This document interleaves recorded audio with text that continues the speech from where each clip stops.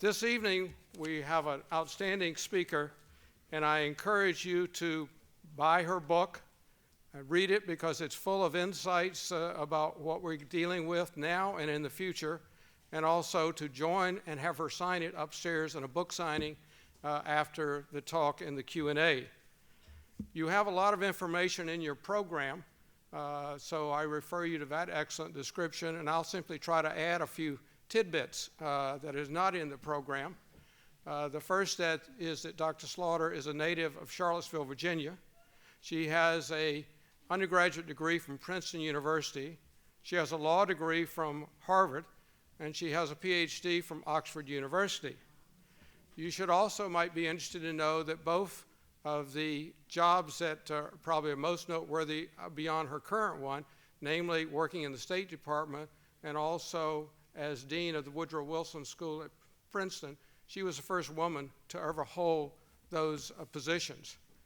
And then I think another interesting factor with regard to her writing is that in 2012, she wrote an article for the Atlantic magazine, which was probably, I believe at the time, the most widely read article that the Atlantic Monthly ever had. The article was entitled, Why Women Still Cannot Have It All. Now, she got a little bit of pushback on that subject, and so she went and built on that and wrote a book that was published in 2015 called Unfinished Business, which I think probably some people believe is still the case as we speak today. She'll be in conversation tonight with Dick Polman, who is a writer in residence at the University of Pennsylvania and is also a political columnist at WHYY at newsworks.org. So please join me in giving a warm Philadelphia Free Library welcome to Dr. Anna Marie Slaughter.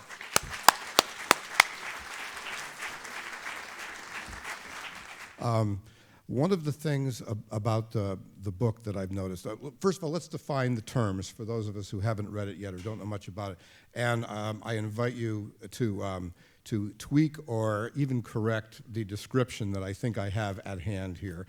When we talk about the chessboard and the web, the chessboard is the traditional way that we've looked at foreign policy, nation states facing nation states and the transactions that take place between nation states. And I think of people like Metternich in the early 19th century, for example, Henry Kissinger in the 20th century, and that's the way we typically do business. But the web is I think, if I'm accurate, I'll just quote the book, what the heck, right? That's the easiest way to do it. That it's the idea of building a network, connecting people or institutions in specific ways for specific purposes. That is a far better starting point often than a strategy of deterrence or cooperation with another government. In other words, that you have to sort of look at it on different levels here. You want to connect people, particularly with the web now we have this interconnectedness where you can sort of go under or over the governments. So governments can't necessarily control anymore the flow of information. So there are opportunities to sort of broaden our foreign policy horizons. Yes. Is that a good way to put it? So you want to certainly can add and embellish that as you wish. And I'm doing this to set up my real first question. Okay. So I invite you to go ahead. Well, first of all, I'm delighted to be here. And that's an excellent description. I think the way to maybe encapsulate it is the chessboard is the globe, the traditional globe we've all used. It's a map, and it's drawn according to whatever, right now about 194 nations, but it's a world of states. The web is, imagine one of those maps of either airlines, when you pull up your airline map in the seat in front of you, and you just see, webs of airline hubs and then where the airlines fly, you see those webs. Or think about a map of the world at night, where you see all the light, the places that are lit and they're all connected by light, and then the places that are dark. So the world of networks is a world of flows of people who are connected or institutions who are connected. You're right, across borders, often I say above, below, and through the state in various ways.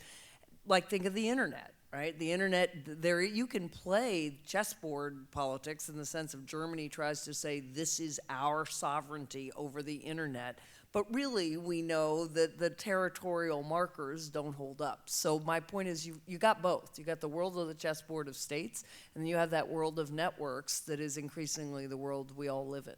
Okay, so you were, this is before the real first question then. You were the first woman to be the director of policy planning Yes. in the State Department. Yes. This was under Secretary Clinton.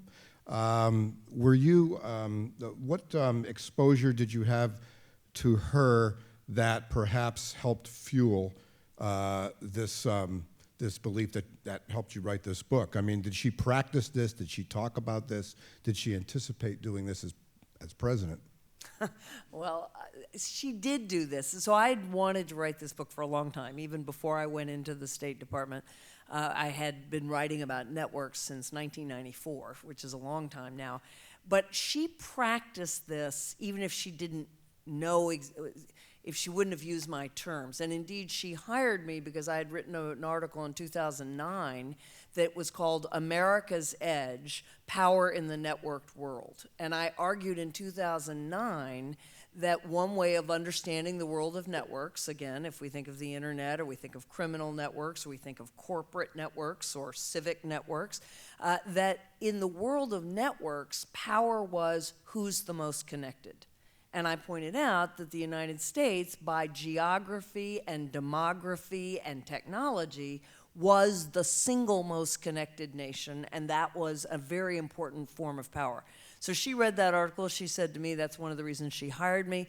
And here's how she practiced what I call webcraft. She might not have called it that, but I call it that. The chessboard world, of course, she dealt with China, and she dealt with Russia, and she dealt with all the foreign ministers of other nations. But she did this. I did not come up with it. She appointed ambassadors to groups of people. So she appointed Milan Verveer as an ambassador to women around the world. She appointed an ambassador to civil society groups, an ambassador for technology who reached out to technologists around the world, to young people, right? She, to scientists, to Muslim communities. So she was thinking about building networks by actually appointing ambassadors to groups of people, and the point was to create those networks. Now, what she didn't have was the science or strategy of how to do that, and that's what this book is. She didn't have, for instance, something that said, well, if you really want to strengthen women around the world, maybe what you need is a network of women's groups who are connected in various ways. It was more like, let's appoint an ambassador and that person will connect others, but not with any strategy there. Okay, so you've got a situation, well, in terms of when you wrote the book, you were writing it roughly a year ago and you Yes. finished it last spring? In summer, but yes. All right, so Writing fast. probably, correct me if I'm wrong, but probably with a reasonable anticipation that she was going to be elected president and could further these kinds of strategies. Yes. And now the book comes out in a very different environment with Trump as president. So I guess, well, one of the question has a number of aspects to it, but I guess the top is the optimism, perhaps, that you would have that these kinds of strategies can be used to better our foreign policy and our position in the world. Does Trump represent a threat to those potential strategies? I mean, is this? I mean, he's all about nation states, is he not? He is a chessboard And player. a complete transactional nation state to nation Right. state In fact, person. he's a poker player more than a chessboard player, probably. But I mean, he definitely is a state-to-state brinksmanship kind of statesman. And you know, even John Kerry cut back on what Secretary Clinton had done. He was a more traditional chessboard Secretary of State, I think a very good one, but more traditional.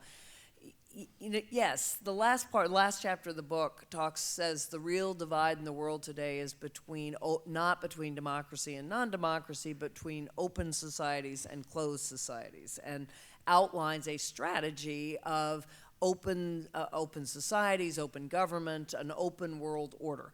when I wrote that, I think it is fair to say that I thought the United States was going to be on the open side versus the closed side. I would say right now, we're on the closed side. What we are saying to the world is we want to put up walls. We want to put up trade barriers.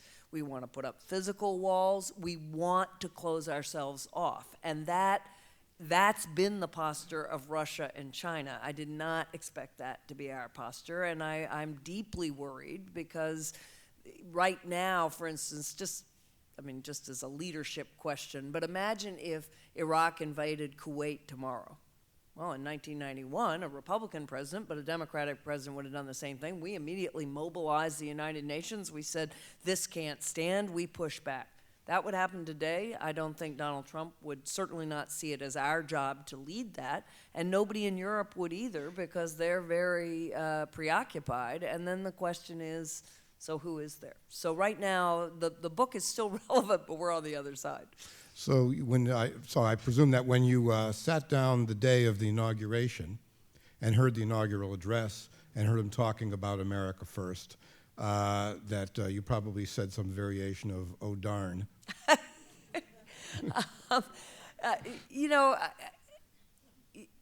Yes, but I have to be. I wrote this for the Washington Post, and I want to choose my words carefully. But if you take apart various parts of that inaugural address, he didn't say anything that other people, Dems and Republicans, haven't said. I mean, his first point about Buy American and Hire American is the Hamiltonian economic nationalist tradition.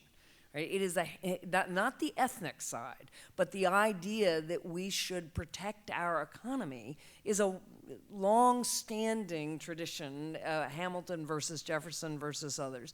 And then he said, well, we're one nation among others, and we all pursue our national interests. That's Kissingerian realism. That's who Kissinger is. That's what he believes. He does not believe in values and democracy and human rights. He says, we're a nation, and so's everybody else.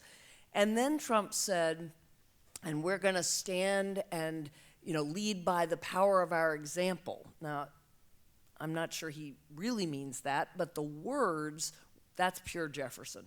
That is what Jefferson said we were supposed to do.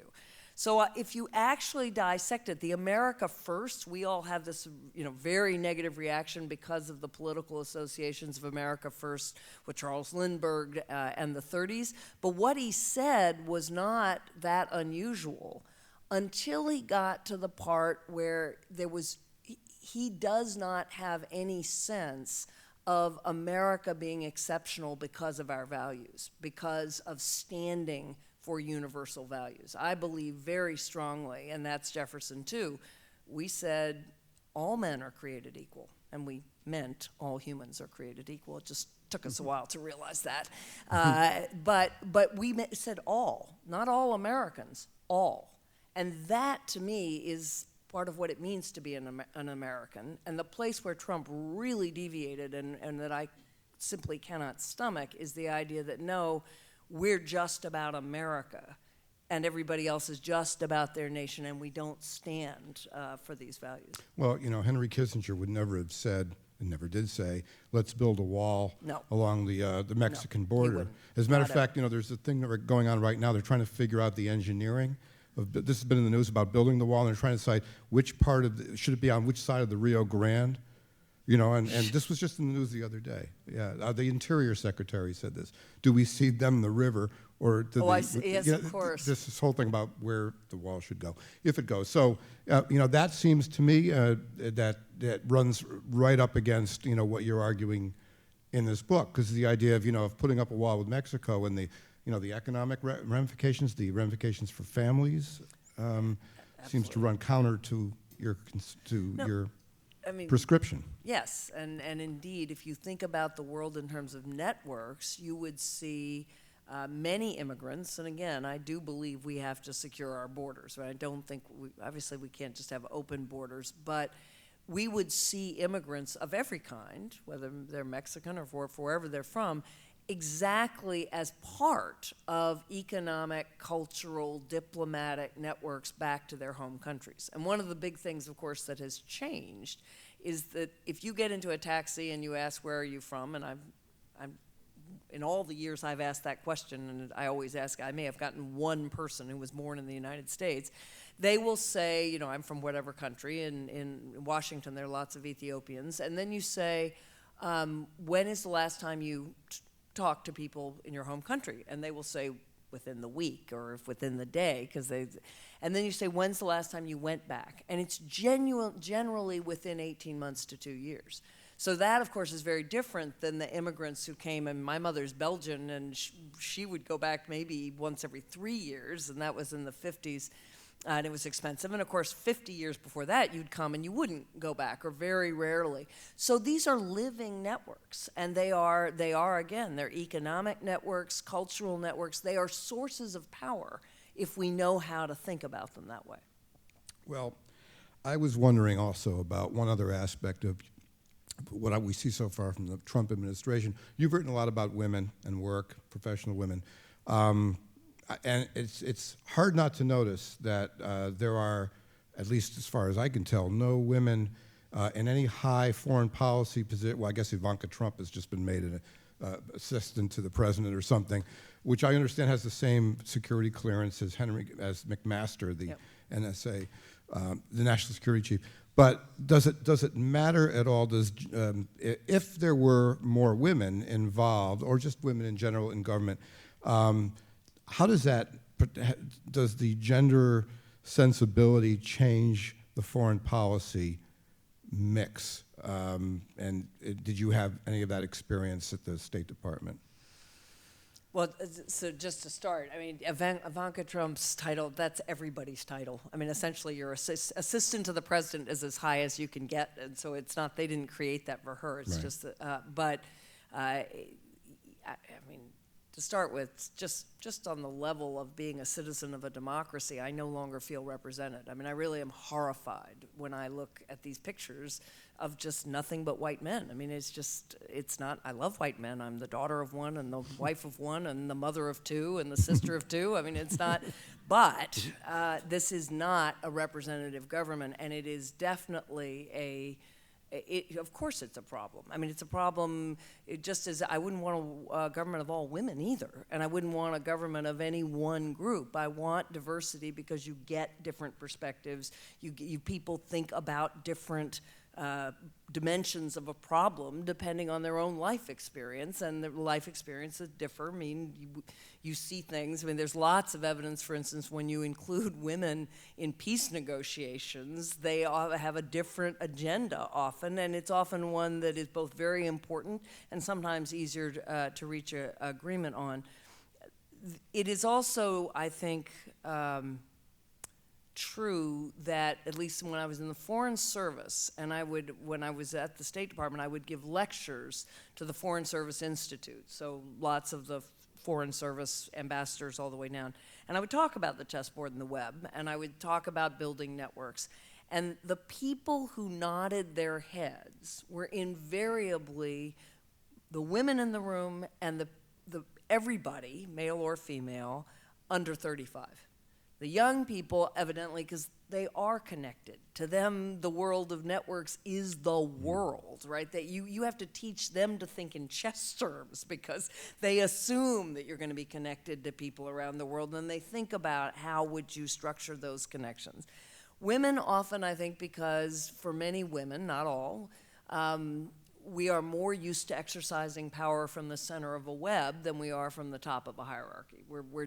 Because we haven't had so much experience at the top of hierarchies. We've had a lot of experience mobilizing people, creating networks, making things happen. So I think it's not accidental that Secretary Clinton got this perhaps faster than some of her other colleagues. Yeah, I seem to remember there was a line in the book about women have not spent nearly as much time in the oak-paneled rooms where deals have been cut. Right.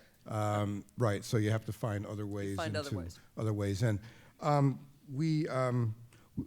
think we need to sort of work a little news into our discussion tonight, which is the investigations that are going on right now with on the Hill and in the FBI about connections, whatever they may be, the extent of whatever they may be between Trump and people in Russia. But I was just wondering, before we do that, in the time that you were in government, was any effort made, since we're talking about connecting through people and through the web, has any efforts been made to sort of cultivate, or maybe it's not possible, to cultivate connections with the Russian people, below the government level? And I know Obama had a difficult relationship with Putin, but have efforts been made to try to go under or over that with the Russian people, or is that not been possible? It's been hard. Now, there are, again, digital activists have a lot of connections, and this is part of why Putin was so upset with Secretary Clinton, because those riots that happened, in 2011 after the canceled elections or the fraudulent elections for mayor of Moscow, if you think about the various groups that created the Arab Spring, the people demonstrating in the Ukraine and the Maidan, these are young digital activists who are all connected. And there's actually, I write about it, an entire organization funded by an American who helps bring them together and helps foster those connections. That is exactly an example of webcraft, the kind of thing where we are supporting people who we think are standing up for universal values. So those connections were there. Putin accused Hillary of sort of instigating those networks.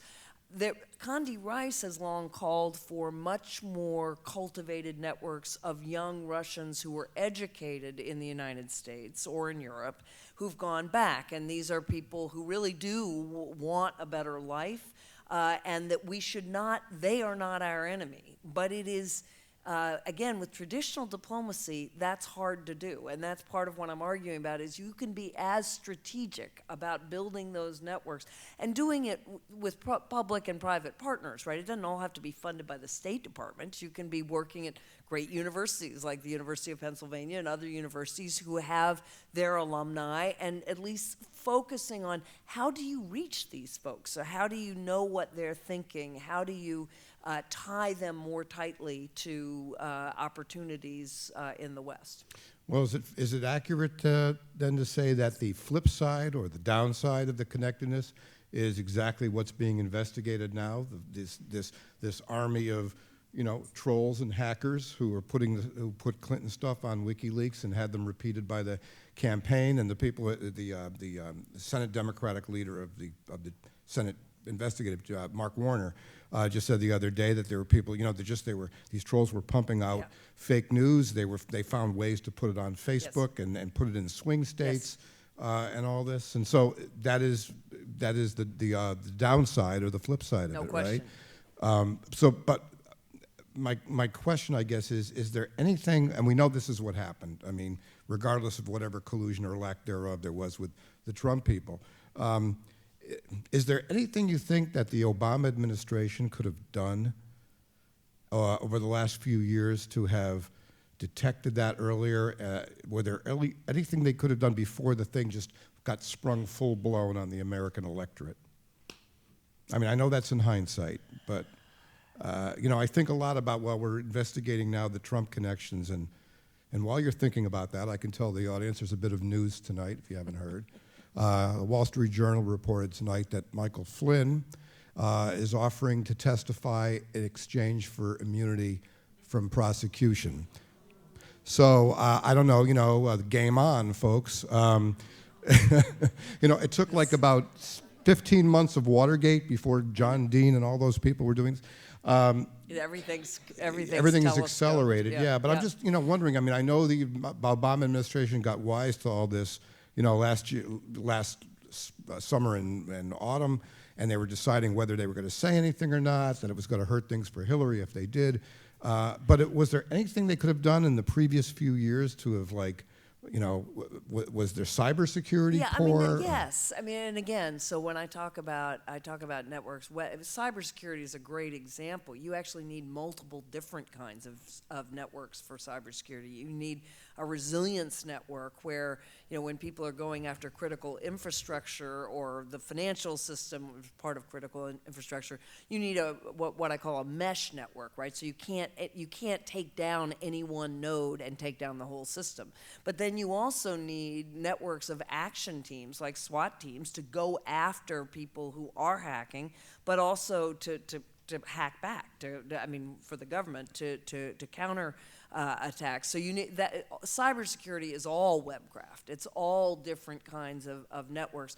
We had that capability. We knew when North Korea went after Sony, we knew, and we did something about it. We still don't know exactly what we did, but we hit back in a way that really was a deterrent. And we'd been watching China. If you remember, the Obama administration actually named members of a PLA unit operating out of Shanghai who were doing this kind of hacking and created quite a lot of trouble with the Chinese.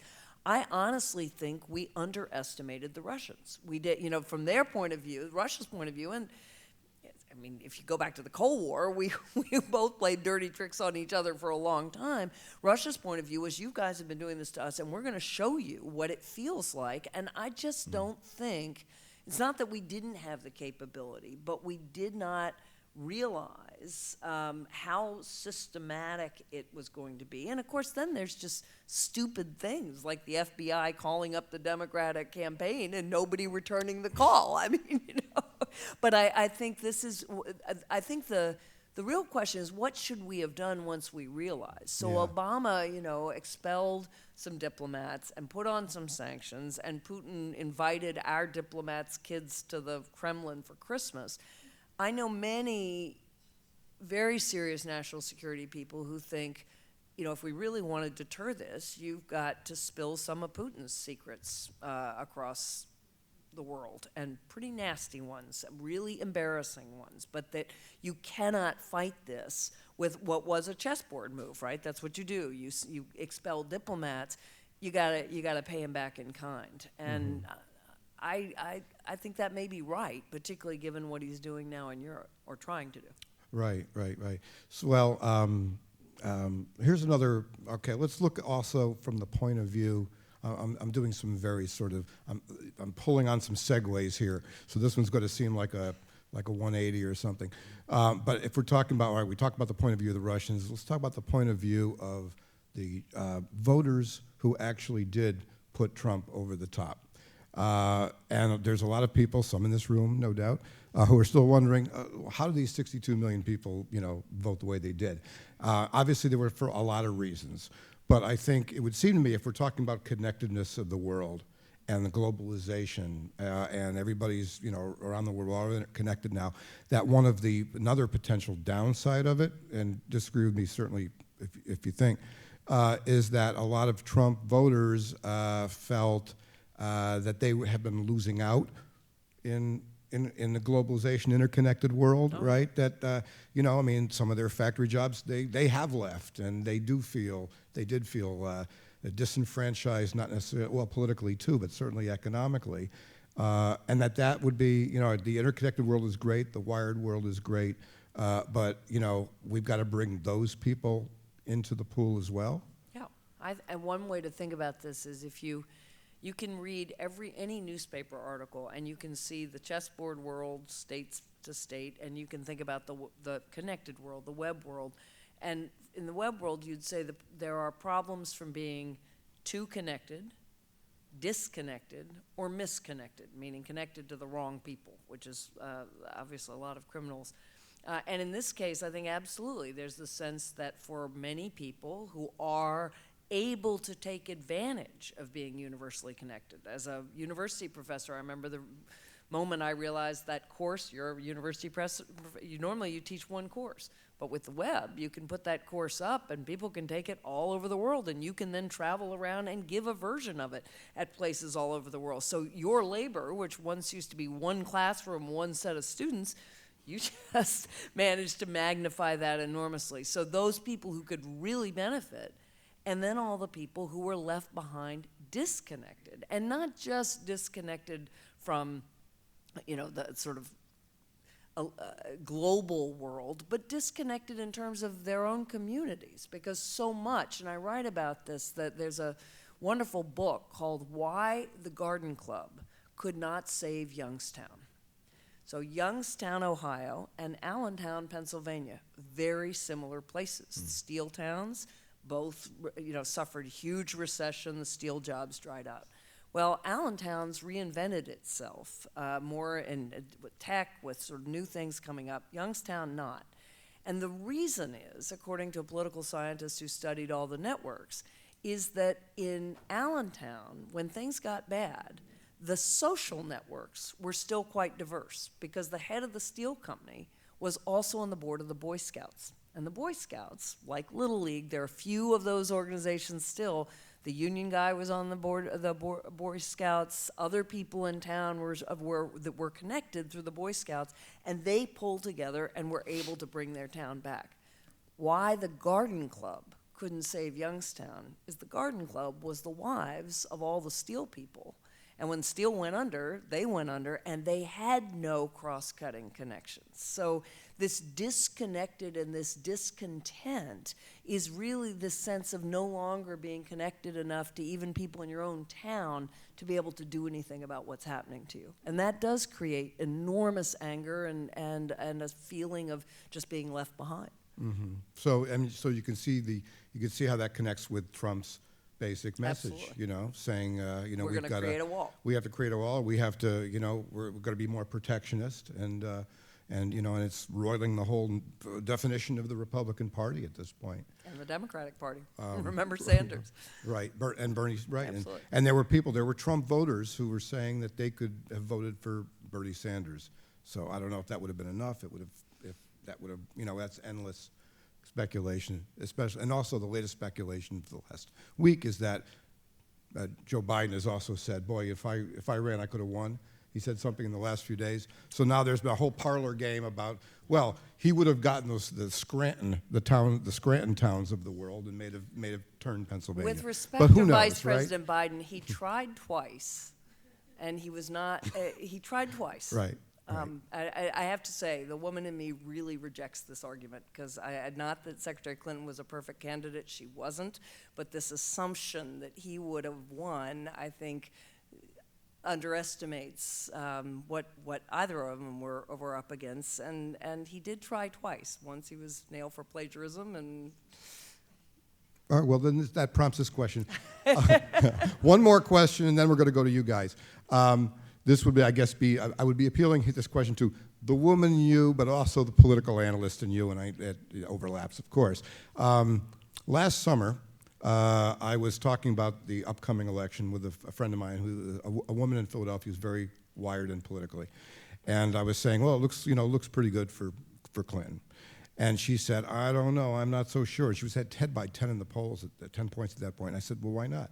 And she said, I'm really worried. I think this misogyny thing is out there, and it's not being talked about, and people don't want to cop to it, and I'm really, really worried about it. And I said, really? You really think at this point that's such a big deal? Women, people say in polls that they're perfectly fine with a woman president, 75, 80, 90%. And she said, I don't know, I'm just I'm watching that really carefully, I'm really concerned about it.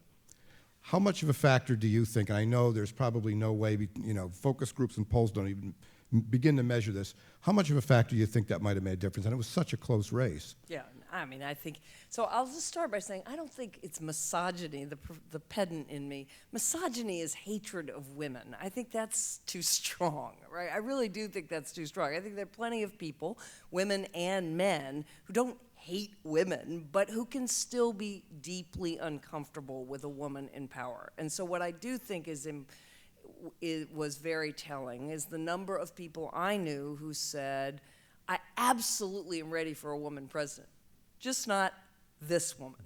Well, any woman in this audience who has seen various women not get promoted, that is always the story. I love women, just not that one. This one, sharp elbows. This one, there's just always some reason, and that's subconscious bias, right? So to the people who are doing it, and it's women as well as men, they're not consciously biased against a woman. They believe what they say, which is, of course, I'm all for a woman. It's just they can't quite get over the hurdle when you're presented with this woman. And I'll just say, you know, if Hillary Clinton had sounded like Bernie Sanders, he spoke in one register, and it was... Here. Yeah, right? Can you imagine if she had shrieked her way through the primaries? I mean, they're just...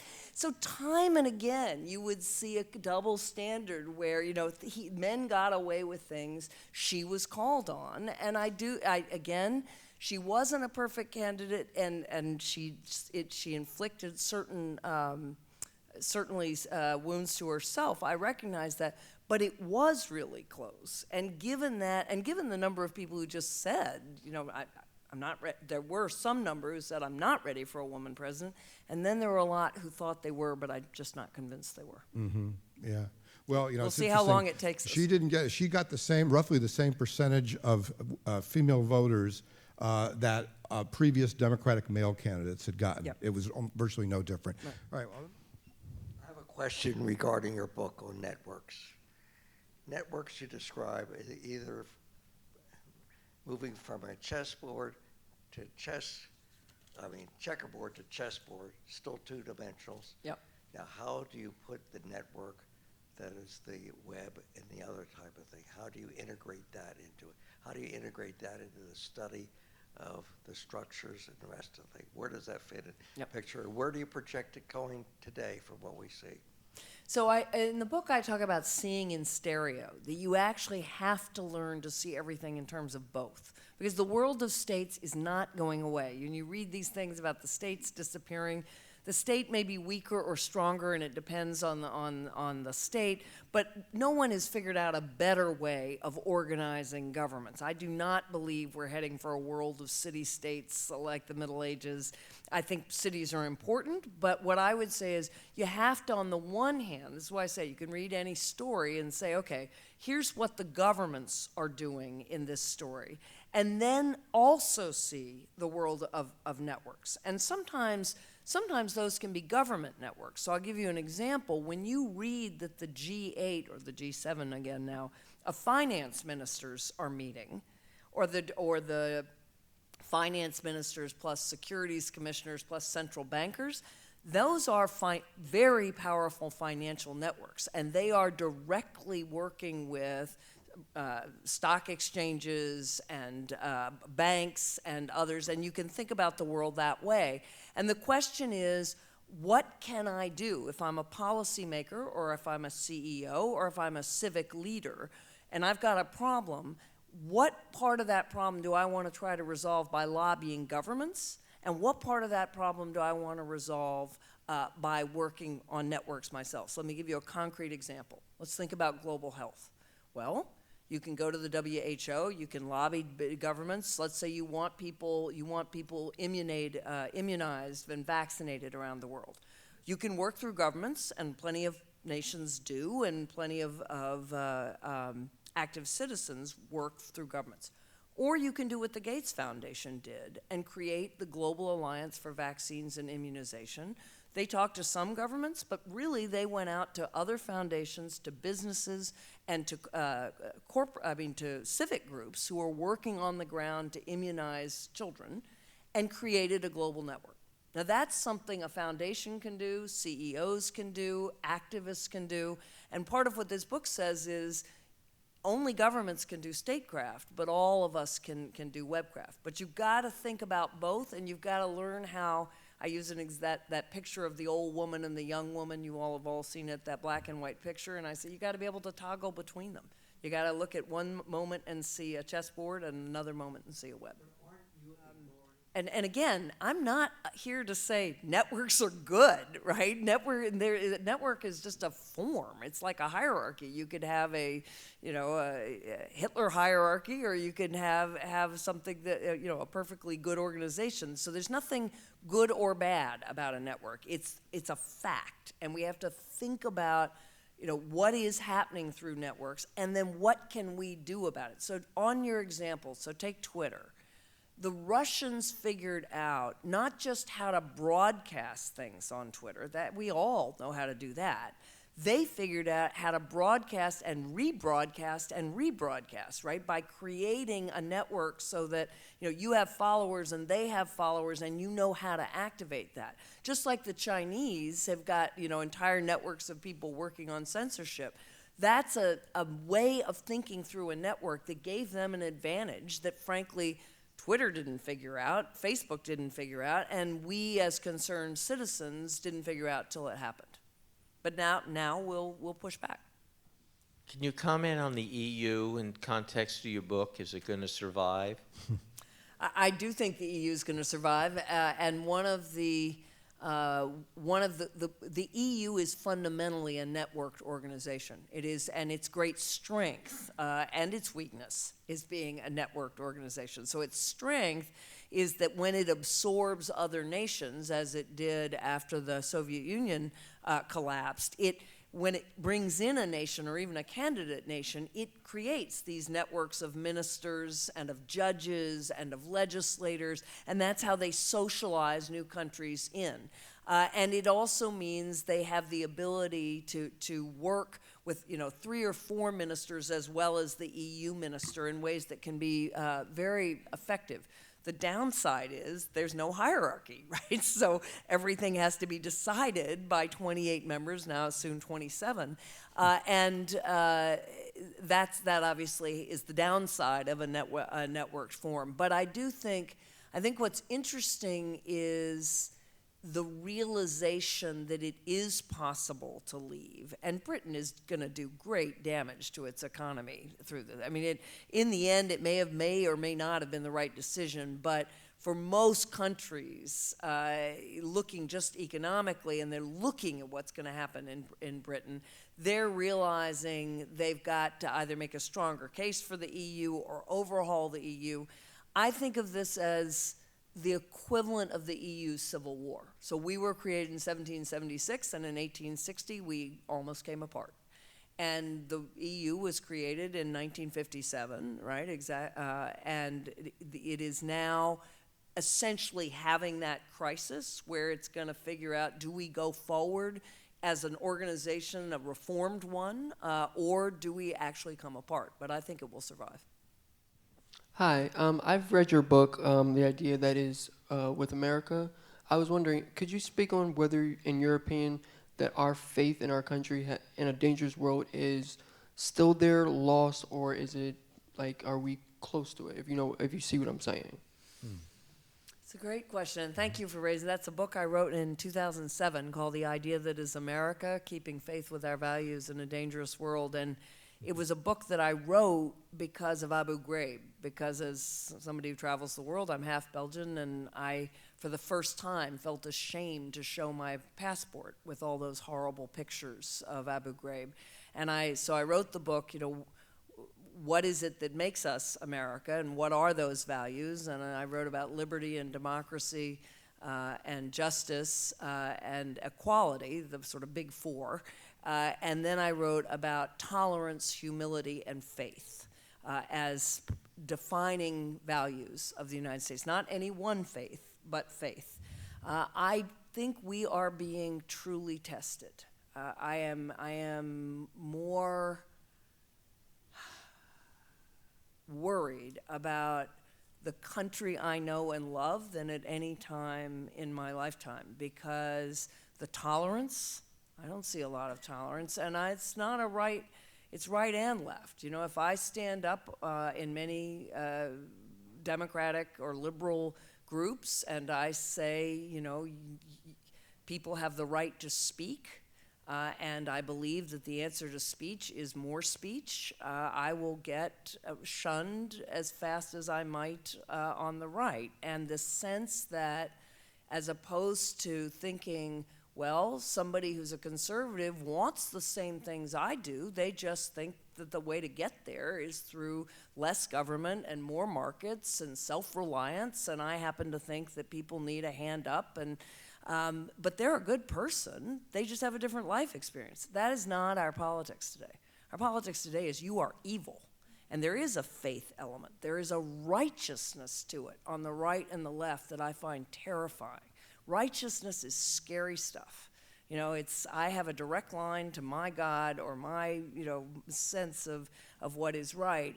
So I am, I have to believe we're going to reinvent ourselves. I run an organization called New America, and I believe that we can and will renew each other. But I have to say, we need people who will stand up and face down the people in their own party, in their own communities, and say, no, there's something bigger than this, and it is the idea of America. We're going to go over here, but while you bring the mic up, let me just add one quick thing to that. I'll suggest one other value, and maybe this is just because of being a career journalist, I'm thinking this way, that another value that we have is facts and truth. Yes. And that we have to sort of perhaps add that to the list. Yeah, I didn't now. think that was necessary in Right, 2007. I don't know. That's just me. What can I say? To what extent do you see our campaign finance system as something that allows the wrong kinds of connections to form? Oh, that's a great question. I hadn't thought about it that way, but that is exactly right. It discourages the small links, right, and absolutely privileges the super nodes, in the sense of the people who can give massive millions, who essentially buy our elections. I'd never thought of campaign finance in a network term, but absolutely, if you were to look at the different structures of networks, you'd say we're allowing scale-free networks, and we should be requiring the distribution of nodes in any one politician's network much more broadly, so that they can't just depend on a few.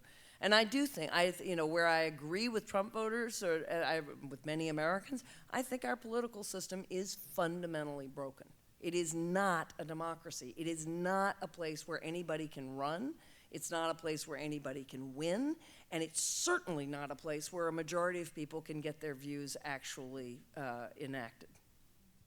Thank you. My question is, there are many parts of the world where people's primary identities are ethnic, tribal, or religious, and of course the most obvious is the Sunni and Shia. I'm wondering if you think there's anything in the way people might be re-networked, and social media being one of those ways, so that their identities shift. And I'd also be interested, the comments you've made about the United States, some people would argue that because we're a more financially mobile society that we've abandoned those primary identities that give people a sense of self, and we shift around. So I think you get the gist of my question. I hope you run with it. Well, so it is interesting to think about, in some ways any collection of people who are connected can be a network, but that's not typically what we mean, right? There's a family, and then there's groups of different kinds and a tribe. The way I think about that goes back to when I was talking about Youngstown and Allentown, that Robert Dahl, the great political theorist from Yale, wrote that the secret to democracy was cross-cutting cleavages. So, that I might be, in one way, I have a particular family identity, an ethnic identity, I have a different religious identity. Then I'm connected to parents through my kids, again, different organizations, my job, and the idea that democracy requires that you never be only part of one thing. So you have multiple tribes, is one way to think of it, or you're part of multiple intersecting networks. And I do think that Bob Putnam has written about this at length, that this decline of social capital as we became increasingly residentially segregated, first of all, white and black, much more so, but also then, of course, urban and rural, and then class, right? So you now have whole groups of communities who never encounter people who don't look like them, who don't have the same amount of money as they do. Whereas even growing up affluent in Virginia in a private school, I went to school with a plumber's son. I mean, there was not this huge divide between a lawyer and a plumber and the guy who owned the dry cleaners and all of that. So how do we restore that is a huge challenge. And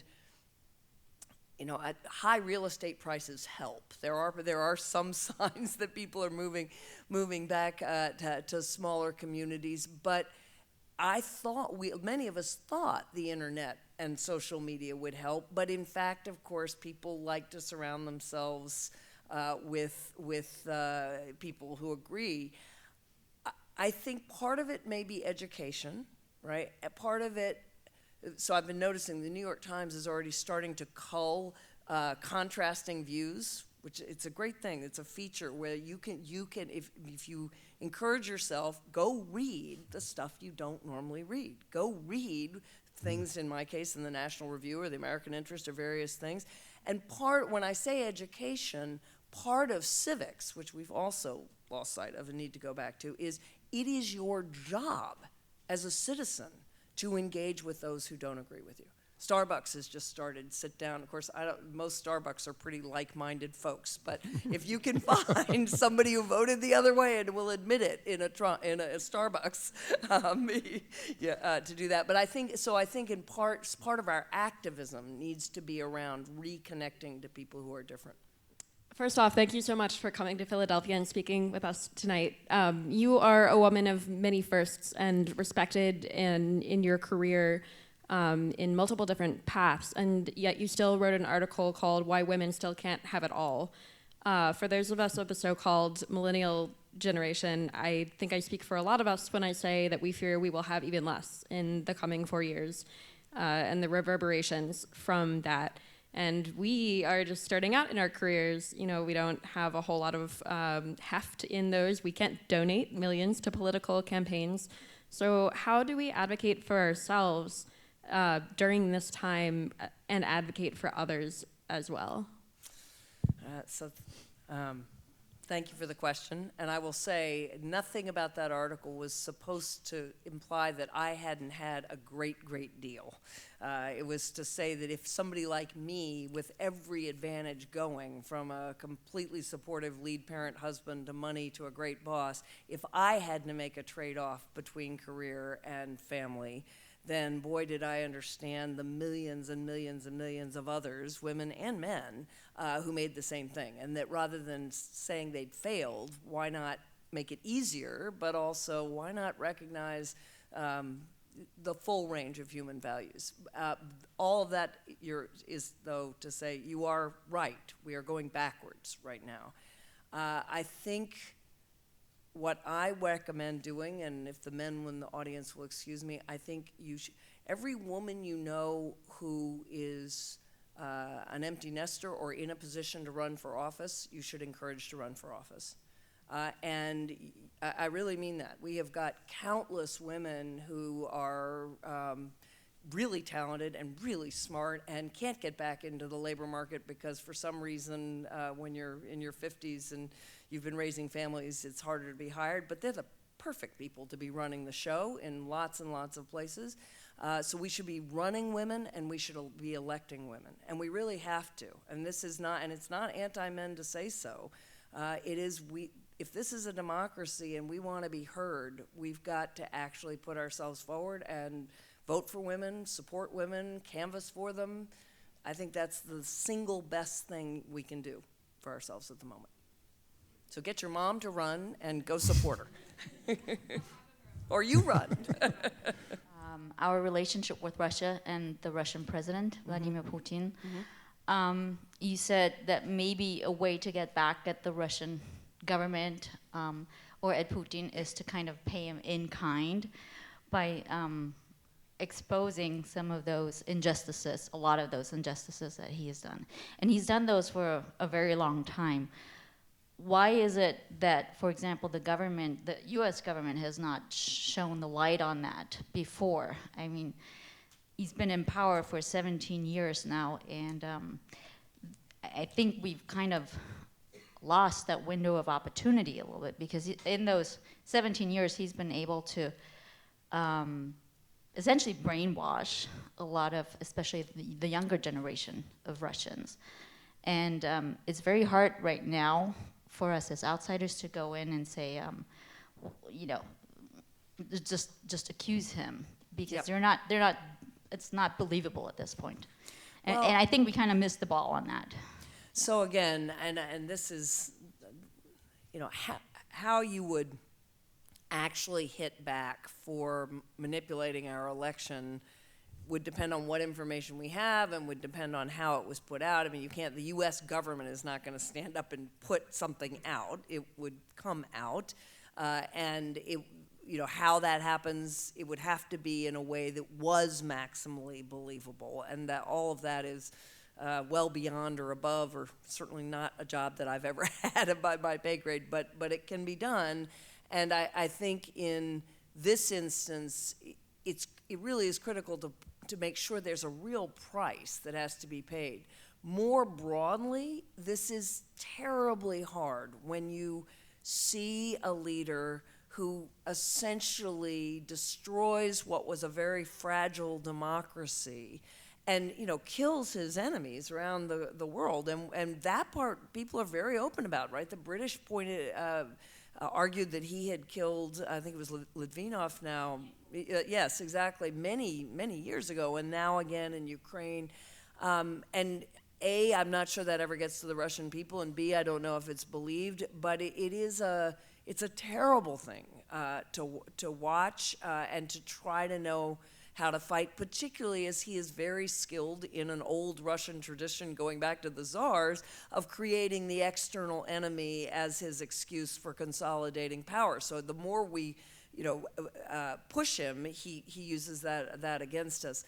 I don't have an answer except to say I do believe Russia's a great country in so many ways, and it breaks my heart to see yet again, I think the Russian people getting far less than the world and the government they deserve. I just read something today that said there were demonstrations where younger people are again pushing. And of course, one reason Putin was so horrified at Ukraine is he sees demonstrations that succeed in overturning a government, and that's his worst nightmare. So I hope that this era too will pass, but it's very hard to know how to fight. Well, we're just about out of time, folks, but I want to just I want to ask a last question, which I think will try to bring everything together a little bit. Given everything you've just said and what you mentioned before, midway through, about how you're very, very concerned about the country in ways you haven't been before, a few weeks ago you did an interview with my good friend Marty Moscowain, and the question came up about how optimistic you are, or lack thereof, and you said that in the end, you thought our institutions will hold. What is there about our institutions that you think are going to withstand all these stresses that we've been talking about for the last hour? Well, so we're in Philadelphia, right? I do believe that the checks and balances, as maddening as they can be some of the time, it's striking, for instance, to see the courts come back. So when I went to law school in the 80s, this was still the generation of there had been the Warren Court and then even the Berger Court, where there had been, the courts had stood up against legislatures in ways that were critically important to the Civil Rights Revolution and the Women's Rights Revolution and all of those. And then, in the last 20 years, the courts have not been a place of great social activism, but suddenly, you see, the ACLU getting more money than it's ever had, and lawyers gearing up, and judges, regardless of who appointed them, because they're judges, standing up and saying this is the law. So there, I have a lot of faith in the courts. I even have faith in this Supreme Court on issues of constitutional crisis. I think our Chief Justice cares more about the court than any politics. I really do. I also think you push back, the states push back, right? And you are seeing people go back to the states and governors standing up. I even think, I do believe that I think, for instance, if it is shown that Russia, that the president or his campaign colluded with the Russians, I think there will be enough people in Congress, even of the president's party, who will say this cannot stand. But what I said was, I remember going through Watergate. It was not a sure thing in the early 70s, and we had 3 networks and a couple of newspapers, and people did believe them, and it was still tough. And I should have added in institutions, our press. I was waiting for that. No, absolutely. Look at, it's not just the New York Times and the Washington Post, it's CNN, it's Politico. You have got investigative reporters who are really doing what they're paid to do superbly well, slowly, steadily, really digging. So I'm worried, and I'm very worried about the cultural hatreds in this society, but I do still think we have enough of those institutions that they will hold. And then we have to do a tremendous amount of healing. Well, we can end on a high note, and we can also go out of here feeling even a little smarter than we did when we came in. So thank you, Anne Marie. Thank you. Thank everybody.